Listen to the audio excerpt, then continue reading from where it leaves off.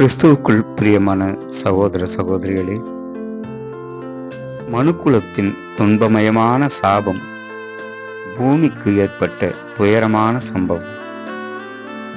மனிதன் தேவனுக்கு வேண்டும் என்பதால் மட்டுமே சாத்தானுக்கும் வேண்டும். அவன் கடவுளுக்கு வேண்டாம் என்ற நிலை ஒன்றிருந்தால் அவனுக்கும் மனிதன் வேண்டாம் என்ற நிலை ஒன்று இருந்திருக்கும். துரதிர்ஷ்ட சம்பவங்கள் சிலதால் தூரமாக்கப்பட்டான் மனிதன். அதனால் தூரமாய் தெரிகிறார் கடவுள். மனிதன் கீழ்ப்படிதலின் பிரமாணத்திற்கு கீழ்ப்படியாததின் காரணம் கீழ்ப்படியாதவனின் கீழ்ப்படியாமையே அந்த மனிதனுக்கும் கடத்தியவன் அவன்.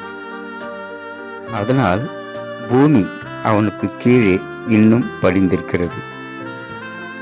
கற்றலில் தேர்ச்சுற்றவனுக்கு கற்பிக்கப்பட்டது கற்பிக்கப்படக்கூடாதவை ஆயினும் புதிதாய் கற்பிக்கப்பட்ட நன்மைக்கு விரோதமாய் கற்பிக்கப்பட்டதும் புதிதாய் இருந்ததே, அது புதிதாய் தோன்றாமல் இருந்தது.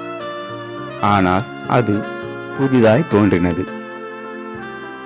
எல்லா புதியன போலவும் இந்த தீமை புதிதும் அவனுக்கு புதிய நன்மை போல் புரிந்து கொள்ளப்பட்டது.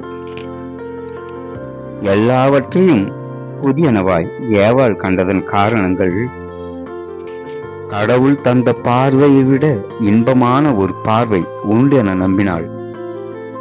கடவுள் படைத்த சுவைகளை விட சிறந்த சுவை ஒன்று உண்டென நம்பினார்.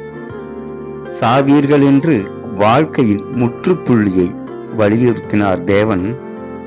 சாவதே சாத்தியமில்லை என்று சத்தியத்தை மறுதளித்தான் சர்ப்பம். கனியை காண்பதே பாவம் என்றார் கடவுள். மரத்தின் மேலேயே மோகம் கொண்டாள் மனுஷி. பார்வைக்கும் நாவுக்கும் பழக்கப்பட்டாள். அவள் பாவத்தை முதலில் துவக்கி வைத்தாள். போகத் துணிந்த பிலேயாமை தேவன் போகாதே என்றார். போக விரும்பியவனை போகாதே என்பதற்காய் போ என்றார். கடவுள் வேண்டாம் என்றதை வேண்டுமென்று வேண்டுமென்றே நெருங்கிச் சென்றாள். வேண்டுமா என்ற அவன் கேள்விக்கு வேண்டாம் என்ற பதில் ஏனோ அவளிடமில்லை. குழந்தைகள் வேண்டும் என்பனவற்றை வேண்டுமென்றே வேண்டாம் என்பார்களே, கோபத்தில் அதுபோலதான். வேண்டாம் என சொல்ல வேண்டியதை வேண்டும் என்றாள். மரத்தின் மேலேயே மனதை கொடுத்தவளுக்கு கனி என்பது ஒரு காரியமல்ல.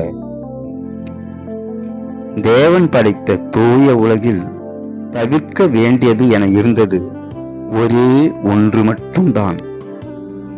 அதிகாரமும் ஆளுமையும் அவளுக்கும் பகிரப்பட்டது.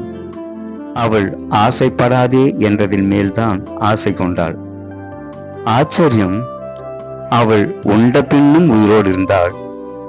அவள் உயிரோடு இருக்கிறேன் என்பதை உணர்த்துவதற்கெனவே தன்னை உடையவனின் முன்னே நின்றாள். ஆச்சரியமானான் ஆதாம்.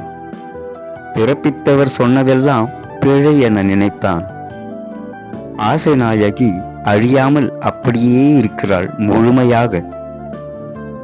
ஆதாமுக்கும் அந்த கனியின் மேல் ஆவல் வந்திருக்க வேண்டும். ஆண்டவர் அருகில் இல்லை என்ற அறியாமை அவனுக்குள் அருந்தியிருக்க வேண்டும்.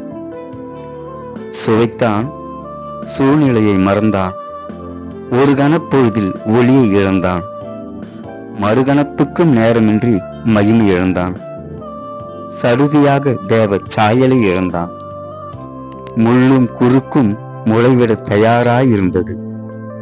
தன் மடியின் மேல் தலை வைத்து படுத்திருந்த மானை கண்ட சிங்கத்தின் தொண்டை குழியிலிருந்து புதிதான கொடூர சத்தம் கர்ஜனையாக வெளிப்பட்டது. உலகில் பாவம் நுழைந்தது உறுதியாக்கப்பட்டது.